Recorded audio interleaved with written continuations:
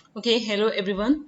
Last time we have studied about close packing in three dimension and also about how to calculate number of octahedral words and number of tetrahedral words. ठीक है, this time we will study where these tetrahedral and octahedral words are located in the cubic close packing. ठीक है, clear?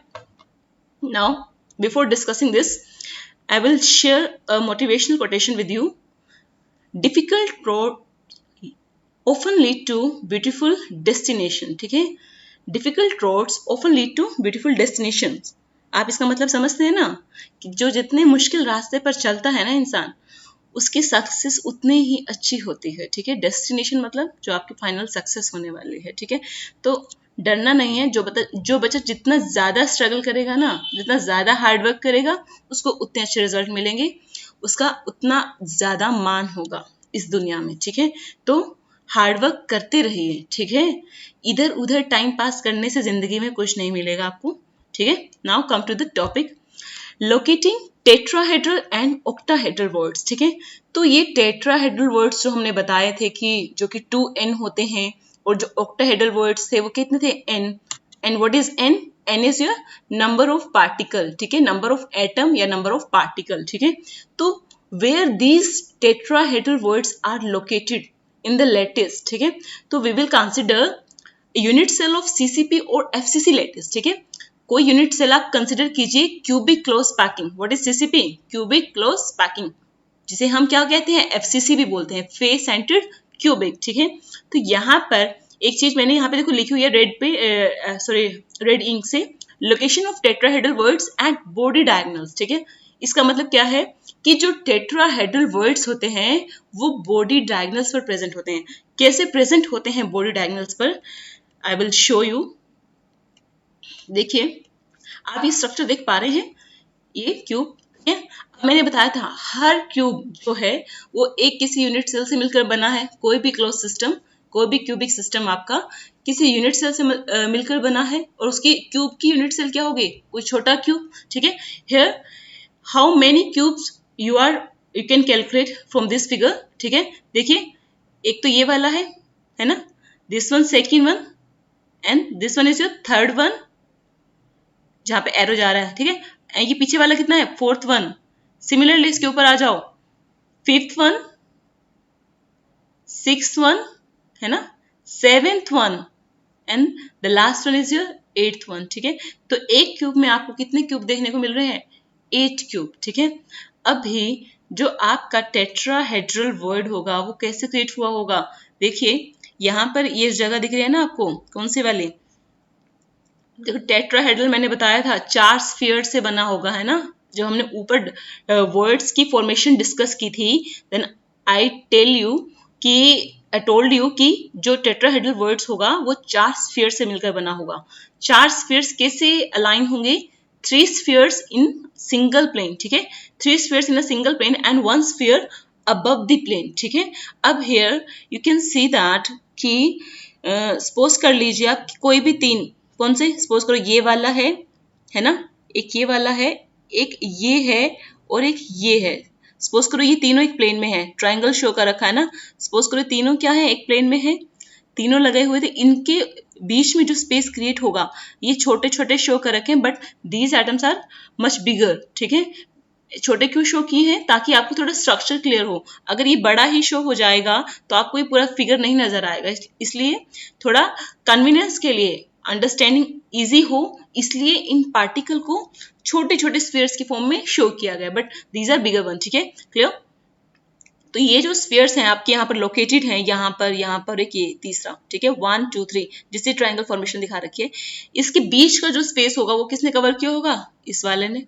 ठीक है, अभी देखने में लग रहा होगा कि ये तो इधर को है, ये इधर को नहीं है, थोड़ा इस तरफ को, इसको आप इमेजिन करोगे तो क्लियर होगा. ठीक है, क्लियर. या फिर इसमें देख लीजिए आप, ये वाला फिगर देख लीजिए आप. ठीक है, अब ये दिख रहे हैं, ये वाला जहाँ पे एरो है, सेकेंड वन, थर्ड वन, ये तीनों आपको एक प्लेन में है. ठीक है, इन तीनों के बीच में जो स्पेस क्रिएट होगा वो इस फोर्थ वाले ने कवर अप किया होगा. ठीक है, क्लियर. ओके, तो ये जो बीच में जो जगह बच गई है, ये वाली जगह, ठीक है, दिस वन, जहां पर मेरा एरो मूव कर रहा है, ये आपका क्या क्रिएट हो गया है यहाँ पर, टेट्राहेड्रल वॉइड।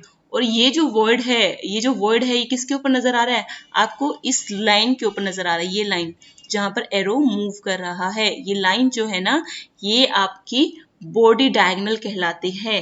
तो यहाँ पर आपका एक वर्ड क्रिएट हो गया है, ये एक क्यूब है ना, एक क्यूब में एक वर्ड क्रिएट हो रहा है इस पूरे सिस्टम के। तो इस पूरे सिस्टम में कितने क्यूब थे, 8 क्यूब है ना, तो कितने टेट्राहेड्रल वर्ड क्रिएट हो जाएंगे सिस्टम में, 8 टेट्राहेड्रल वर्ड्स, ठीक है। और ये कैसा सिस्टम है, ये 8 टेट्राहेड्रल वर्ड्स जिसमें क्रिएट हो रहे हैं, ये कैसा सिस्टम है, ये एफसीसी है। कैसे पता चला, देख लीजिए एटम्स कहाँ कहाँ प्रेजेंट हैं, 1 2, ये क्या है कॉर्नर्स, 1 2 3 4, ओके, 5 6 7 8, तो 8 कॉर्नर्स पर पार्टिकल प्रेजेंट हैं। उसके अलावा पार्टिकल कहाँ प्रेजेंट दिख रहे हैं, रेड कलर के स्फीयर्स, ये दिख रहा है ना यहाँ पे सेंटर में, ये किसका सेंटर है, फेस का सेंटर, ये पूरा का पूरा क्या है, एक, ये पूरा का पूरा एक फेस है और ये इसका सेंटर है, इस सेंटर में वो पार्टिकल है, ठीक है। Similarly this one is also your face atom, ये वाला भी आपका फेस एटम है, ये वाला भी फेस एटम है, ये आगे वाले फेस का है, ये वाला फ्रंट फेस का है, ये वाला पीछे वाले फेस का है, जो पीछे की तरफ होगा, जो आपको नजर नहीं आता, ठीक है, जनरली, ओके। तो these atoms, 6 atoms are present on 6 faces, ठीक है। तो आपके एटम्स कॉर्नर्स पर तो हैं, साथ के साथ फेस पर भी है, तो ये कौन सा सिस्टम हो गया, फेस सेंटर्ड क्यूबिक, ठीक है। तो फेस सेंटर्ड क्यूबिक का आपको एग्जांपल लेके समझाया गया है कि जनरली फेस सेंटर्ड क्यूबिक में आपने देखा कि एक क्यूब में कितना आ रहा है, एक टेट्राहेड्रल वर्ड आ रहा है ना, तो 8 कितने, 8 दिख रहे हैं ना यहाँ पे, 8 से मिलकर बना है ना ये, ठीक है। तो 8 में कितना आएगा, 8 आएगा, है ना, जो 1 में 1 है तो 8 में भी 8 है, तो टोटल टेट्राहेड्रल वर्ड्स यहाँ पर कितने आ रहे हैं, 8 आ रहे हैं। ये चीज आपको मैं पहले भी बता चुकी हूँ, कैसे, नंबर ऑफ एटम्स, ठीक है ना, कि हमने पढ़ा था कि number of atoms face centred में कितने होते हैं, 4 होते हैं, 4 एटम्स होते हैं फेस सेंटर्ड में। जितने नंबर ऑफ एटम्स हैं उतने ही क्या हैं, ऑक्टाहेड्रल वर्ड्स। तो नंबर ऑफ ऑक्टाहेड्रल वर्ड्स क्या हो गए, 4। तो टेट्राहेड्रल वर्ड्स कितने थे, 2n, twice the number of octahedral voids, ठीक है। ऑक्टाहेड्रल वर्ड्स के दुगने होते हैं टेट्राहेड्रल वर्ड्स। अगर ऑक्टाहेड्रल वर्ड्स आपके 4 हैं तो टेट्राहेड्रल वर्ड्स कितने हो जाएंगे, 8, क्लियर। तो एफसीसी में आपको 8 टेट्राहेड्रल वर्ड्स देखने को मिलते हैं। बट किसी भी स्ट्रक्चर में, चाहे वो एफसीसी है चाहे वो बीसीसी है, जो आपका टेट्राहेड्रल वर्ड अगर कहीं क्रिएट होगा तो वो हमेशा बॉडी डायगोनल पर होगा। बॉडी डायगोनल क्या होगा, वो डायगोनल जो बॉडी के अंदर है, ठीक है। जब आप इन पॉइंट्स को मिलाओगे ना, इसको इससे मिलाया, इसको इससे मिलाया, है ना, डायगोनल्स ऐसे ही बनाते हो ना, अपोजिट पॉइंट्स को आप कनेक्ट करते हो, तो जो डायगोनल्स बॉडी के अंदर आते हैं ना, उन डायगोनल्स को हम क्या बोलते हैं, बॉडी डायगोनल्स, ठीक है। तो टेट्राहेड्रल वर्ड्स जो आपके होते हैं वो बॉडी डायगोनल्स पर प्रेजेंट होते हैं, ठीक है, ओके, इज इट क्लियर। ये आपके जनरल एक ज्योमेट्री है टेट्राहेड्रल वर्ड की, ठीक है। इस टॉपिक में आपको सिर्फ इतना ही पढ़ना है, ठीक है। Now come to the next, locating octahedral voids, ठीक है। अब हमको ये पढ़ना है कि ऑक्टाहेड्रल वर्ड्स की लोकेशन कहाँ पर है, ठीक है। अभी यहाँ पर देख लीजिए आप कि जो जो पॉइंट्स मैंने अंडरलाइन किए हैं, एक तो फर्स्ट ऑफ ऑल आपको वो सारे पॉइंट्स अंडरलाइन करने हैं, और जो जो चीजें मैं एक्स्ट्रा यहाँ पर लिखती हूँ ना इस पीडीएफ में, वो सब कुछ आपको नोट डाउन करना है, ठीक है। तो मैं आपको एक चीज बता दूं कि जो ऑक्टाहेड्रल वर्ड्स होते हैं वो 2 जगह प्रेजेंट होते हैं। कहाँ कहाँ पर, एक तो होते हैं बॉडी सेंटर में, कहाँ पर, बॉडी सेंटर में, बॉडी सेंटर में जो खाली स्पेस होगा ना, वही ऑक्टाहेड्रल वर्ड, ठीक है। और कहाँ है, और है वो एज सेंटर पर। अब एज सेंटर क्या होता है, मैं बता चुकी हूँ कि किसी भी स्ट्रक्चर की एज क्या होती है, एज होता है किनारा, है ना, क्लियर। देखो अभी दिखा देती हूँ, ये जो दिख रहा है ना आपको, दिस वन, ये आपकी एज है। अब यहाँ पर देखो, अब हमने ऑक्टाहेड्रल आपने देखा होगा कितने से मिलकर बना था, 6 स्फीयर से, है ना, 3 एक साइड में और 3 एक साइड में, ठीक है, 3 एक प्लेन में और 3 दूसरे प्लेन में, ठीक है। अब नाउ आप यहाँ पर मैं आपको इमेजिन करा सकती हूँ कि 3 एक प्लेन में कौन कौन से हैं। देखो 1 2 3, ठीक है, these 3 are in 1 plane and 4 5 6 and these 3 are in another plane, ठीक है। तो ये 3 स्फीयर्स हैं, देखो ये सीधे ट्राइंगल बना रहे हैं और दूसरे वाले 3 स्फीयर्स क्या बनाते थे, उल्टी ट्राइंगल। ये उल्टी ट्राइंगल की फॉर्मेशन है ना, क्लियर। तो जब ऐसे कुछ फॉर्मेशन होती है तो बीच में कैसा वर्ड क्रिएट होगा, ऑक्टाहेड्रल वर्ड, है ना। बीच में जो खाली जगह दिख रही है ना, इस स्ट्रक्चर के अंदर जो खाली जगह है दैट इज योर वॉइड, ठीक है, that is your octahedral word. और ये कहां पर आएगा, ये इस एज पर आ रहा है ना, इस एज पर आ रहा है ना, तो ये वॉइड कहां पर प्रेजेंट है, ये इस एज पर प्रेजेंट है। सिमिलरली एक स्ट्रक्चर में 12 एजेस होते हैं। हमने मैच बॉक्स के एग्जांपल से देखा था, आप किसी भी मैच बॉक्स को उठा लो, कोई भी क्यूब उठा लो, उसके अपने किनारे देखने हैं। किनारे इन द सेंस जैसे ये एक एज है, ये एक एज है ना, ये भी एक एज है, ये भी एक एज है, 4 एजेस एक साइड है ना, ऐसे ही इधर भी एक एज ये है, एक एज ये है, ये वाली भी एज है। सिमिलरली आपको समझ में आ रहा होगा कि एज का मतलब क्या है, ठीक है। इवन 12th स्टैंडर्ड में कोई स्टूडेंट अगर है तो ये समझा जाता है कि उसको एज का मतलब पता होना चाहिए, ठीक है। आप किसी भी सिस्टम में, आप क्यूब में देख लीजिए, आप क्यूबॉइड में देख लीजिए, घर में कोई बॉक्स पड़ा होगा रफ बॉक्स, उसमें देख लीजिए कितने एजेस होते हैं। जनरली किसी भी क्यूब और क्यूबॉइड में 12 एजेस होते हैं, ठीक है, क्लियर। तो अब 12 एजेस हैं, तो 12 एजेस पर भी 12 ऑक्टाहेड्रल वर्ड्स होंगे, है ना, 12 ऑक्टाहेड्रल वर्ड्स होंगे। बट हमने पढ़ा था कि कोई भी आपका जो क्लोज पैकिंग में स्ट्रक्चर होता है ना, वो अकेला तो एग्जिस्ट नहीं करता ना, उसके साइड में भी पार्टिकल होते हैं, तो उसके साइड में भी कोई दूसरा स्ट्रक्चर होगा। लाइक जैसे यहाँ पर ये इसका एक यूनिट सेल शो कर रखा है, दिस वन, है ना, दिस वन इज, ये क्या है, ये छोटा क्यूब आप एक निकाल लो, ये इसका एक का यूनिट सेल है, ठीक है, एक इसका पूरे स्ट्रक्चर का यूनिट सेल है, ठीक है। तो ऐसे ऐसे कई यूनिट सेल लेफ्ट साइड में भी होते हैं, राइट में भी होते हैं, ऊपर भी होंगे, नीचे भी होंगे, ठीक है। तो जो जनरली एटम या फिर वर्ड्स जो प्रेजेंट हैं वो अक्सर शेयरिंग में रहते हैं। शेयरिंग में मतलब साइड वालों के साथ, ठीक है। मान लो आपने घर बनाया, ठीक है। अब आपके घर से साइड में किसी साइड वाली जगह पे किसी और ने घर बना लिया, ठीक है, और उसने वही दीवार, जो दीवार आपके घर की थी ना, बाउंड्री थी, उसको कॉमन रख लिया, अपनी अलग से दीवार नहीं बनाई है, ठीक है। उस दीवार को कॉमन रखे, बिल्कुल आपके घर से सटाकर एक नया घर बना लिया, ठीक है।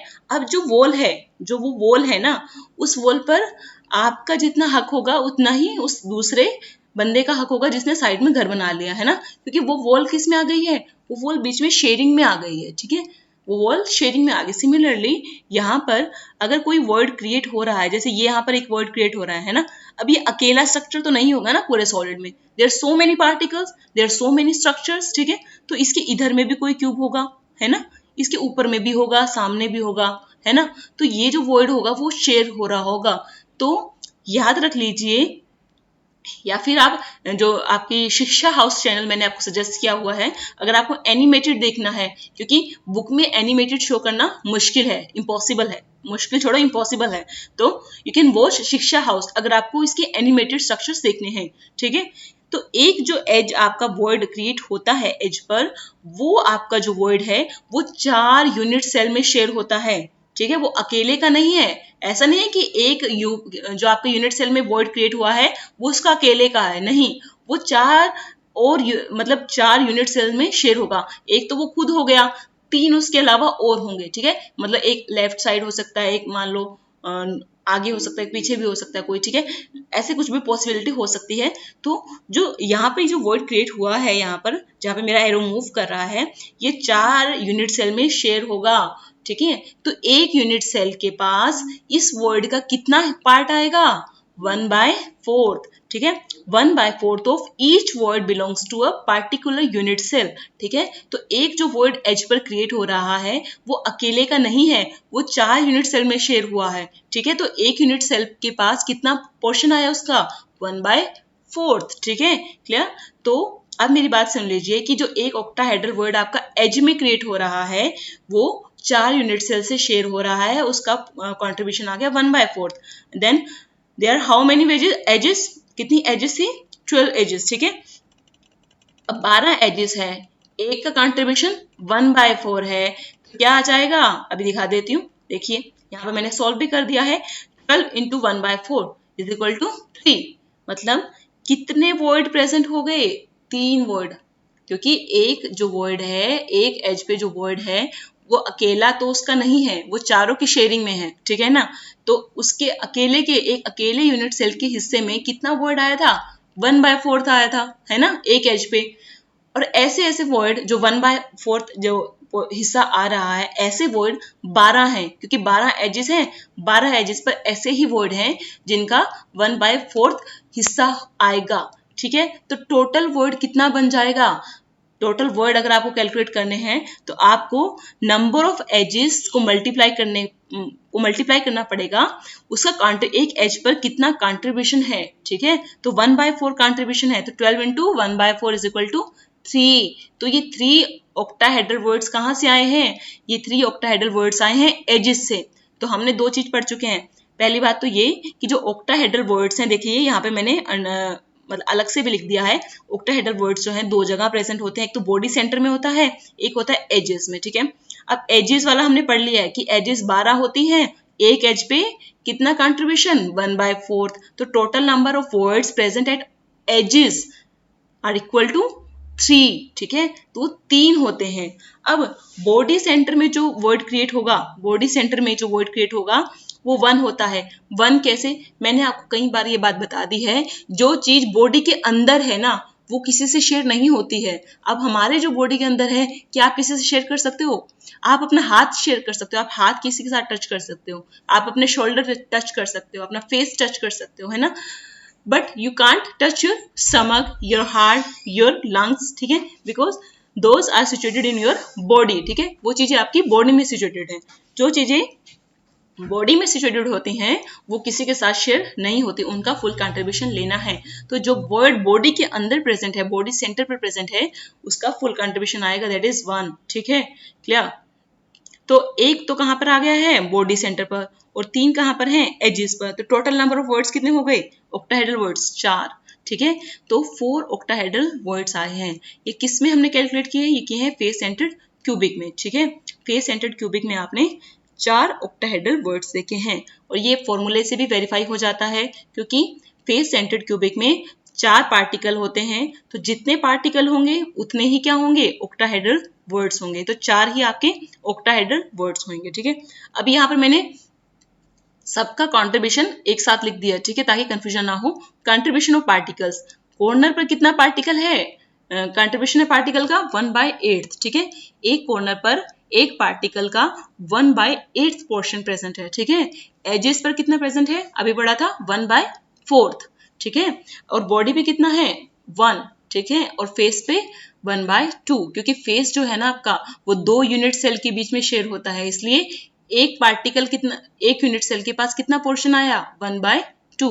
तो कॉर्नर पर है 1/8, एजिस पर है 1/4, बॉडी पे रहेगा 1, टोटल 1 कंट्रीब्यूशन, क्योंकि वो पूरा का पूरा पार्टिकल बॉडी के अंदर सिचुएटेड है, ठीक है। और फेस पर रहेगा 1/2, ठीक है। Now come to the next topic, packing efficiency, ठीक है। पैकिंग एफिशिएंसी हमने पढ़नी है।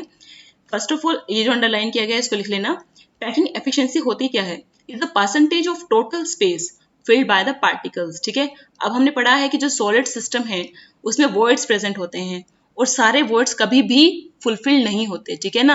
हो सकता है कि सारे ऑक्टाहेड्रल वर्ड्स फिल हों, सारे टेट्राहेड्रल वर्ड्स फिल हों, या कुछ एक ऑक्टाहेड्रल्स होंगे, कुछ एक टेट्राहेड्रल वर्ड्स फिल हो सकते हैं, बट सभी वर्ड्स कभी भी फिल्ड नहीं होते हैं, ठीक है। तो कुछ वर्ड्स हमेशा खाली रहेंगे, ठीक है। तो जितना स्पेस होता है ना देखने में, उतना स्पेस में एक्चुअली उतने पार्टिकल्स प्रेजेंट नहीं होते, पार्टिकल्स कम रहेंगे, क्योंकि बीच में क्या है, बीच में वर्ड्स प्रेजेंट हैं, वर्ड्स हैं क्या आपके, एम्प्टी स्पेसेस, ठीक है, क्लियर। तो सबसे पहले हमने जो पैकिंग एफिशिएंसी पढ़नी है, that is in your HCP and CCP structure, ठीक है। एचसीपी और सीसीपी में पढ़ लेते हैं कैसे पढ़ना है। अब यहाँ पर देख लीजिए, ये एक आपको फिगर दिखा रखी है, क्यूब आपको दिखाया गया है। एफसीसी या सीसीपी जो भी है आपका, एटम कहाँ पर होगा, कॉर्नर्स पर और फेस पर, ठीक है। तो हमने एज सच एक फेस कंसिडर कर लिया है, कौन सा face, A B C D, ठीक है। ये फेस आप कंसिडर कर लीजिए। इस फेस में आपको 3 पॉइंट्स दिख रहे होंगे, ठीक है, कौन कौन से, ए बी सी, ठीक है। अब ये जो ट्राइंगल बन रही है कौन सी, ए बी सी, ठीक है। अब ये येलो स्फीयर्स क्या है, ये आपके पार्टिकल्स हैं, येलो स्फीयर्स आपके पार्टिकल्स हैं, ठीक है।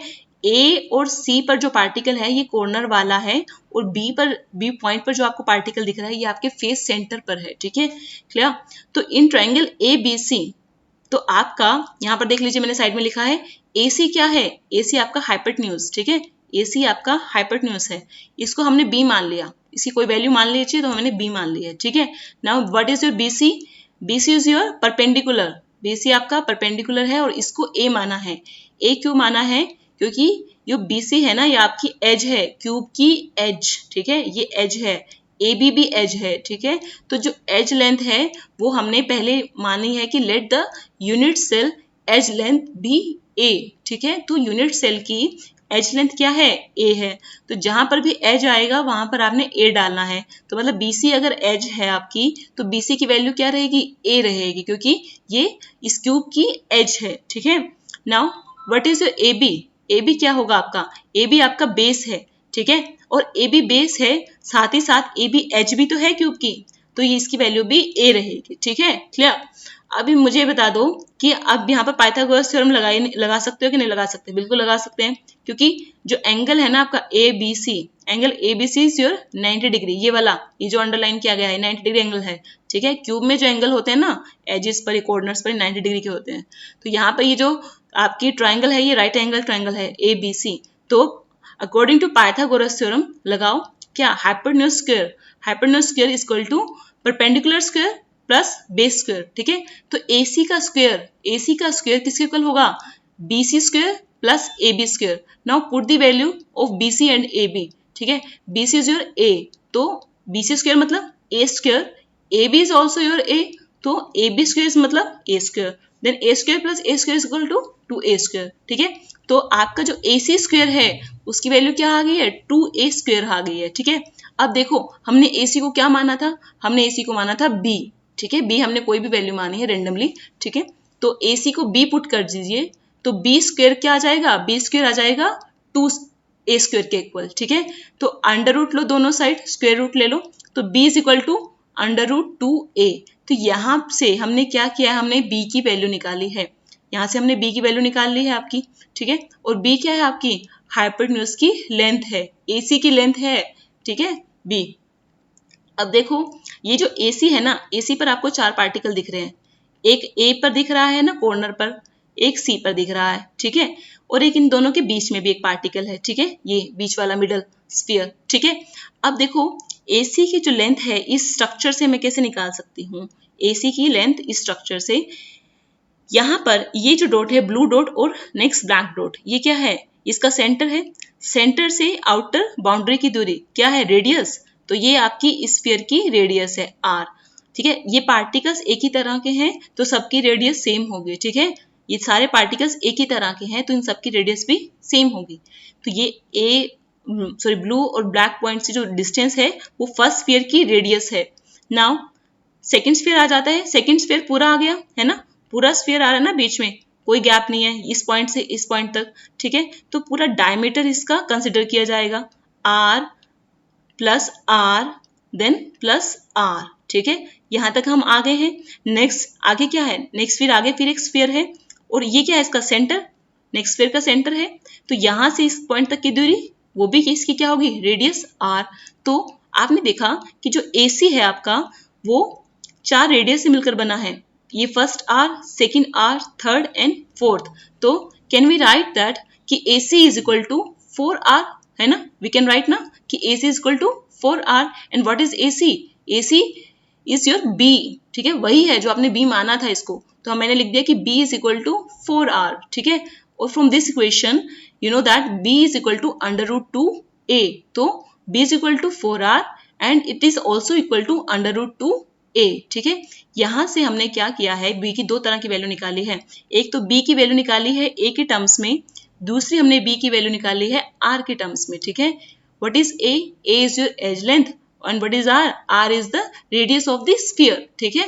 Now what will you do? आपने इन दोनों वैल्यूज को कंपेयर करना है, किसको, 4R को और अंडर रूट 2A को, दोनों को इक्वेट कर दिया। नाउ यहाँ पर A की वैल्यू निकाल लीजिए, A की वैल्यू R के टर्म में, ठीक है, A की वैल्यू R के टर्म में क्या कैसे निकाल सकते हो, ये जो अंडर रूट है ना इसको लेफ्ट साइड ले जाओ, ये √2 को लेफ्ट साइड लेके जाओगे तो यहाँ पर ये मल्टीप्लाई में है, जो √2 a के साथ इधर जाकर डिवाइड में चला जाएगा, तो लिख दिया 4r बाय डिवाइड बाय √2। अब आपको ये सोल्व करना आता है, रेशनलाइज करके इसको सोल्व कर लीजिए, वैल्यू आ जाएगी 2 √2 r। ठीक है, ये आपकी किसकी वैल्यू आई है, ये a की वैल्यू आई है √2 r। उन्होंने देखो नीचे ये भी लिखा, we can also write r is equal to a by 2 √2। ठीक है, चाहे आप a को r के टर्म में लिखें, चाहे आप r को a के टर्म में लिखें, ठीक है, दोनों आप लिख सकते हो। नाउ अभी हमने वैल्यूज निकाल ली है, a को r के टर्म में निकाल लिया है। अभी हमने क्या करना है, नेक्स्ट हमारा पर्पस है पैकिंग फ्रैक्शन निकालना। ठीक है, पैकिंग फ्रैक्शन निकालने के लिए आपको पैकिंग एफिशिएंसी का फॉर्मूला पता होना चाहिए। ठीक है, तो पैकिंग एफिशिएंसी का फॉर्मूला क्या है, volume occupied by 4 spheres in the unit cell. अब 4 स्फीयर्स क्यों इंक्लूड किए हैं, क्योंकि कौन सा स्ट्रक्चर है, सीसीपी, या फिर आप कह लीजिए इसको एफसीसी, जिसमें 4 ही पार्टिकल होते हैं। तो volume occupied by 4 spheres in the unit cell, ठीक है, into 100 by total volume of the unit cell. ये जो फॉर्मूला है ये हर पैकिंग फ्रैक्शन में यूज होगा, बस फर्क किसका आएगा, नंबर ऑफ स्फीयर्स का आएगा। जैसे एफसीसी है तो यहाँ पर 4 स्फीयर्स आ गए, अगर बीसीसी होता तो 2 स्फीयर्स आएंगे, सिंपल क्यूबिक होगा तो 1 स्फीयर इंक्लूड किया जाएगा। ठीक है, तो आपने क्या करना है, 4 स्फीयर्स का वॉल्यूम कैलकुलेट करें। एक स्फीयर का वॉल्यूम क्या होगा, जिसकी रेडियस r है, 4/3 पाई r क्यूब, है ना, you know that 4/3 pi r cube किसका वॉल्यूम है, एक स्फीयर का है जिसकी रेडियस r है। ठीक है, तो 4 का कितना होगा, 4 × 4/3 पाई r क्यूब। ठीक है, आपने वैल्यू पुट कर दी, इंटू 100 कर दिया। अब total volume of the unit cell, unit cell की शेप क्या है, क्यूब, क्यूब का वॉल्यूम क्या होता है, एज का क्यूब, एज जो उसकी एज लेंथ है ना, जैसे हमने यहाँ पे एज लेंथ क्या कंसिडर की है, a, तो इस क्यूब का वॉल्यूम क्या होगा, a का क्यूब, a का क्यूब। ठीक है, तो और a की वैल्यू किसके इक्वल है, a, देखो the volume of the cube, यहाँ पे लिख भी रखा है, volume of the cube is equal to a cube, और a का वैल्यू क्या था, 2 √2 r, तो पुट कर दीजिए, a की जगह किसको पुट करेंगे, 2 √2 r का क्यूब हो जाएगा। ये किसका वॉल्यूम आ गया, ये क्यूब का वॉल्यूम आ गया। यहाँ पर इस वैल्यू को पुट कर दें। नाउ सोल्व दिस कैलकुलेशन, आपका जो आंसर आएगा वो नियर बाय 74% आ जाएगा। ठीक है, तो जो आपका एफसीसी या सीसीपी आपकी पैकिंग है, उसमें आपका जो पैकिंग एफिशिएंसी है वो कितनी है, 74% है।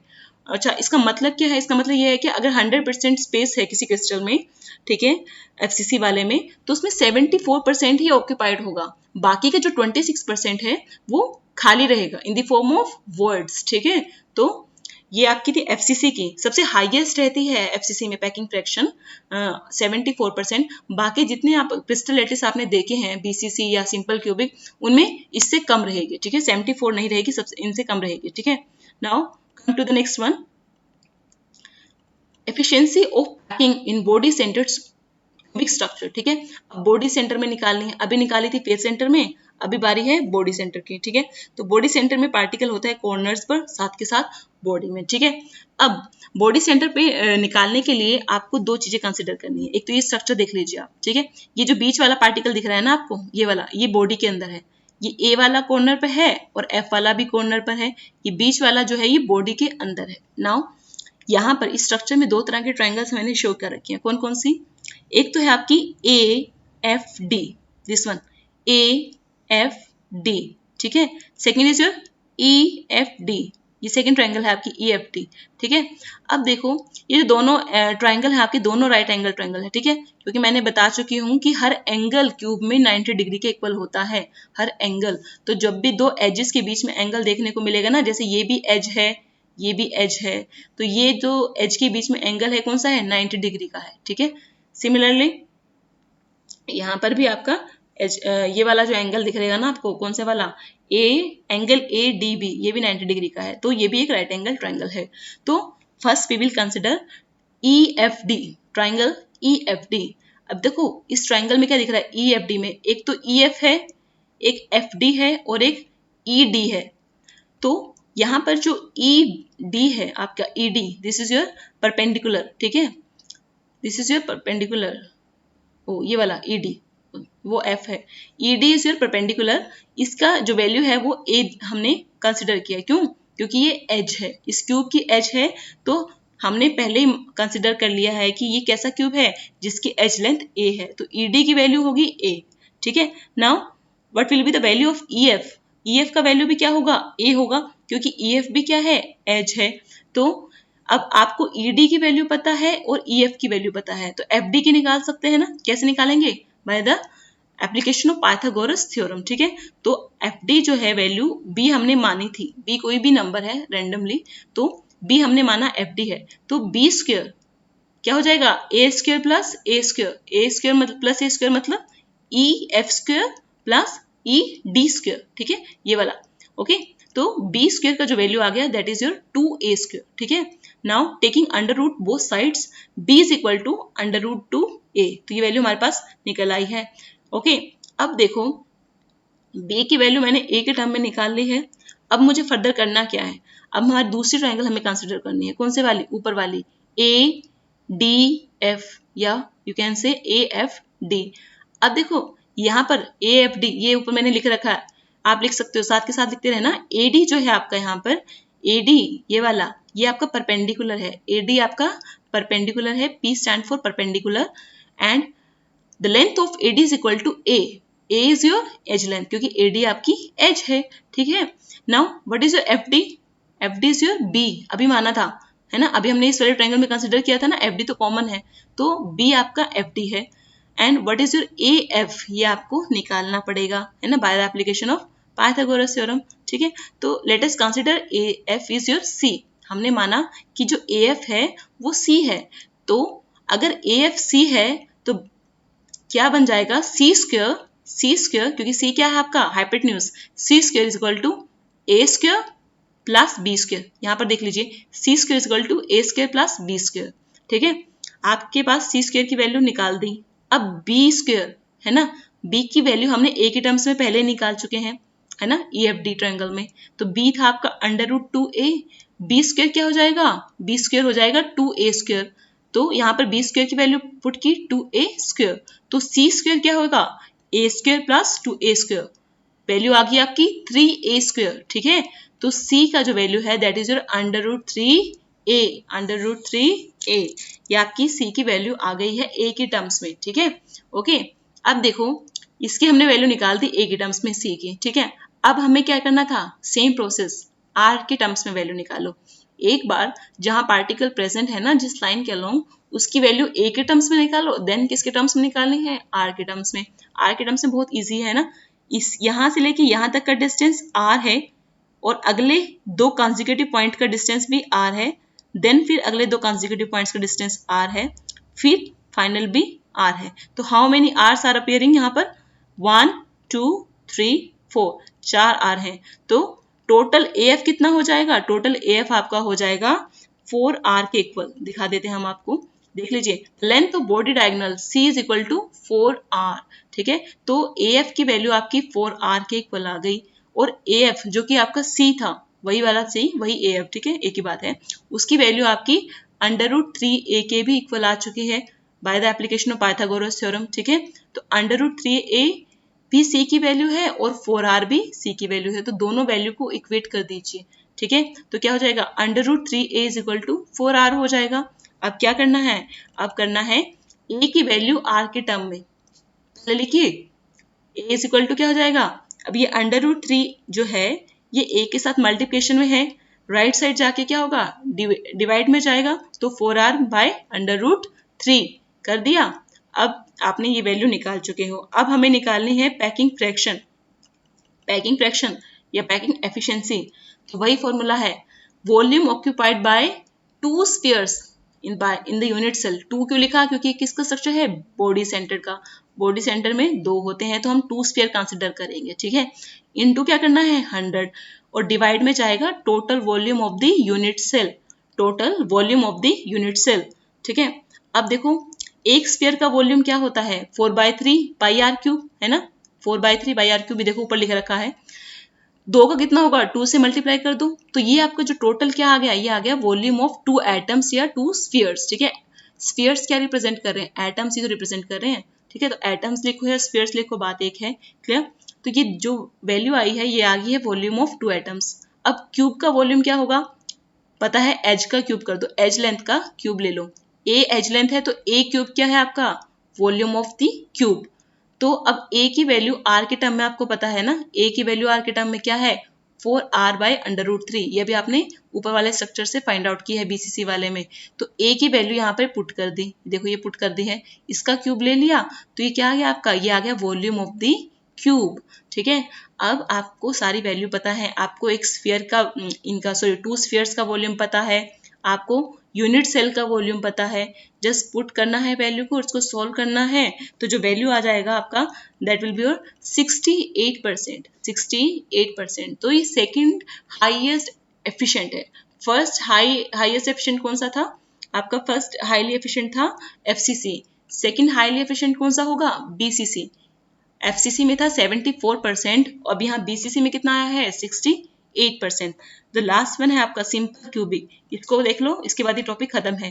ठीक है, सिंपल क्यूबिक सबसे इजी है, क्लियर, क्योंकि सिंपल क्यूबिक में जो आपके एटम्स हैं वो सिर्फ कॉर्नर्स पे प्रेजेंट है। नाउ कंसिडर द स्ट्रक्चर, देख ले। अब देखो ये जो H और A पॉइंट दिखाया गया है ये कॉर्नर्स हैं, ठीक है, ये इस क्यूब के सामने वाले कॉर्नर्स हैं। ठीक है, अब देखो ये दोनों एक दूसरे को टच करेंगे, ऐसे ही पार्टिकल प्रेजेंट होते हैं, एक दूसरे को टच करते हैं, कॉर्नर्स वाले जो पार्टिकल होते हैं वो एक दूसरे को टच करेंगे। अब देखो ये इसका सेंटर है, A फर्स्ट वाले स्फीयर का सेंटर है, H सेकंड स्फीयर का सेंटर है। जो HA होगा आपका, HA क्या होगा आपकी, दो कॉर्नर्स के बीच का डिस्टेंस, दो कॉर्नर्स के बीच का डिस्टेंस क्या होता है आपकी as.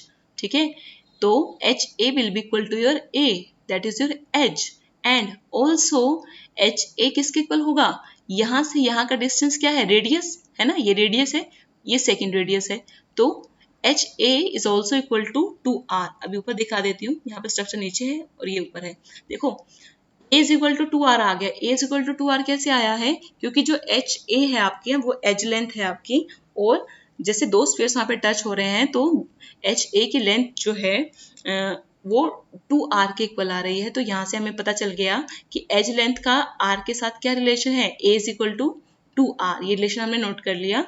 Now volume of the cube क्या होगा, A क्यूब, और A की वैल्यू है 2R, तो 2R का क्यूब क्या हो गया 8R क्यूब। ठीक है, आपने total volume of the cube निकाल लिया है। अब आपको पता है एटम्स किस फॉर्म में है, स्फीयर्स के फॉर्म में है, तो एक स्फीयर का कितना वॉल्यूम होता है, वही सेम 4/3 πr क्यूब। ठीक है, और कितने एटम प्रेजेंट होते हैं सिंपल क्यूबिक में, 1 एटम प्रेजेंट होता है, तो एक एटम है और एक एटम का वॉल्यूम है 4/3 πr क्यूब, टोटल वॉल्यूम है 8R क्यूब। तो अब निकाल लीजिए पैकिंग एफिशिएंसी। ठीक है, ये देखो यहाँ पे निकाल लिया, वॉल्यूम ऑफ 1 एटम इनटू क्या होगा 100, अपॉन में क्या करना है volume of cubic unit cell. ठीक है, तो पुट कर दी सारी वैल्यू, क्यूबिक यूनिट सेल का वॉल्यूम भी डाल दिया, 1 एटम का भी डाल दिया, इसको पूरे को सोल्व कर लिया तो वैल्यू आया था 52.36%। इसको अप्रोक्सीमेट करके हम कह सकते हैं कि दिस इज योर 52.4%। ठीक है, तो ये थर्ड हाईली एफिशिएंट है। देखो सबसे ज्यादा किसका था, एफसीसी का था 74, फिर बीसीसी का आया 68%। नाउ ये सिंपल क्यूबिक का आपका कितना आ रहा है, ओनली 52.4%। ठीक है, तो तीनों पैकिंग फ्रैक्शंस इंपॉर्टेंट हैं, सबको निकालनी आनी चाहिए। ठीक है, क्लियर। उसके बाद यहाँ पर एक चीज है, एक फॉर्मूला आपको याद रखना है, ये आपको डेंसिटी ऑफ यूनिट सेल के लिए फॉर्मूला नोट डाउन कर लीजिए, इस पर बहुत ज्यादा न्यूमेरिकल पेपर में आते हैं, density of the unit cell. ठीक है, तो डेंसिटी क्या होता है, मास अपॉन वॉल्यूम है ना, mass of the unit cell upon volume of the unit cell. ठीक है, अब वॉल्यूम कैसे निकालेंगे किस यूनिट सेल का, अभी बताया था मैंने, क्यूब है ना, क्यूब का यूनिट सेल किस फॉर्म में है, क्यूब के फॉर्म में है, तो क्यूब का वॉल्यूम एच का क्यूब, ए का क्यूब कर दो। ठीक है, अब यूनिट सेल का मास कैसे निकाल सकते हो आप, यूनिट सेल का मास कैसे निकालोगे, Z into small m. Z क्या है और स्मॉल m क्या है, Z आपका देखिए यहाँ पे लिखा है Z is the number of atoms present in 1 unit cell. ठीक है, एक यूनिट सेल में कितने नंबर ऑफ एटम प्रेजेंट है, वो कितने हैं, Z है, हमने मान लिया Z number of atoms are present in unit cell. And small m क्या है, mass of the single atom, m is the mass of single atom, यहाँ पे भी मैंने लिख रखा है m is the mass of single atom. ठीक है, अब देखो आपने क्या किया, यूनिट सेल का मास कैसे निकाला है, आपको पहले पता होना चाहिए कि एक एटम का मास कितना है, दूसरी बात उस एटम में कितने उस यूनिट सेल में कितने एटम्स हैं। ठीक है, पहली बात एक एटम का मास कितना है, दूसरा उस यूनिट सेल में कितने एटम्स प्रेजेंट हैं। तो एक एटम का मास था m और हमने माना कि उस यूनिट सेल में कितने एटम प्रेजेंट हैं z, तो टोटल मास कितना हो गया यूनिट सेल का z इंटू m। ठीक है, अब देखो यहाँ पर आगे इससे अब यहाँ से देखो इसको इक्वेट कर रखा है z into capital M over A cube over N A. ये कैसे आ गया रिलेशन, ये आया यहाँ से आया रिलेशन।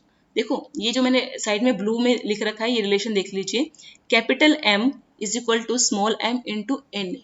देखो स्मॉल m तो था आपका एक एटम का मास और कैपिटल M क्या है, कैपिटल M है आपका molar mass. Molar mass, molar mass क्या होता है, एक मोल एटम्स का मास। ठीक है, स्मॉल m तो क्या है, एक एटम का मास है। एक मोल एटम्स का मास कितना होता है, मोलर मास, उससे हम किसे डिनोट करते हैं, कैपिटल M से। तो एक मोल में कितने एटम्स प्रेजेंट होते हैं, एक मोल में Na की जो वैल्यू जिसको हम एवोगैड्रोस नंबर बोलते हैं, या आप 9th क्लास से पढ़ते आ रहे हो, इसकी वैल्यू होती है 6.022 इंटू 10⁻23। तो एक मोल में इतने पार्टिकल प्रेजेंट हैं, एक मोल में इतने पार्टिकल प्रेजेंट हैं और एक एटम का मास है स्मॉल m, तो इसका मोलर मास कितना हो जाएगा, स्मॉल m इंटू Na। ठीक है, मोलर मास कुछ नहीं है, इतने पार्टिकल का मास है, इतने पार्टिकल का मास को कैसे निकालोगे, एक एटम के मास से मल्टीप्लाई कर दो, सिंपल। ठीक है, तो आपका this is your molar mass capital M। ठीक है, कैपिटल M निकाल लिया।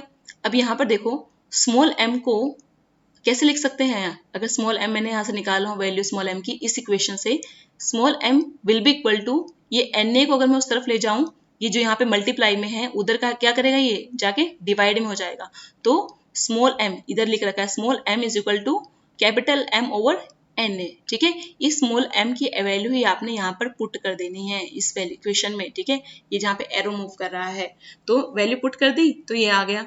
ओके, तो आपकी जो डेंसिटी है वो आप ऐसे भी लिख सकते हो, z into capital M over ए क्यूब ओवर Na। ठीक है, तो जहाँ की z आपका है number of atoms, capital M क्या है मोलर मास, A है आपकी एज लेंथ और Na है आपका एवोगैड्रोस नंबर। ठीक है, यूनिट क्या होती है डेंसिटी की, ग्राम पर सेंटीमीटर क्यूब। ठीक है, सीजीएस सिस्टम में। ठीक है, क्योंकि यहाँ पे जो मास आपको देखने को मिलेगा, एटम का मास किलोग्राम में तो आएगा नहीं, ग्राम में देंगे। ठीक है, आपको क्लियर। और ये आपका जो एज लेंथ है वो भी आपकी सेंटीमीटर क्यूब में ही दी होगी, देख लेना, क्रॉस चेक कर लेना। अगर एज लेंथ सेंटीमीटर क्यूब में नहीं है, सॉरी सेंटीमीटर में नहीं है, तो उसको सेंटीमीटर में कन्वर्ट कर दीजिए। ठीक है, तो मास आपको ग्राम पर, सॉरी डेंसिटी की यूनिट हो जाएगी ग्राम पर सेंटीमीटर क्यूब। ये न्यूमेरिकल बहुत इंपॉर्टेंट है, इसमें बहुत सारे न्यूमेरिकल आपको देखने को मिलेंगे पेपर में। ठीक है, आज के लिए इतना ही, बाकी हम नेक्स्ट लेक्चर में करेंगे।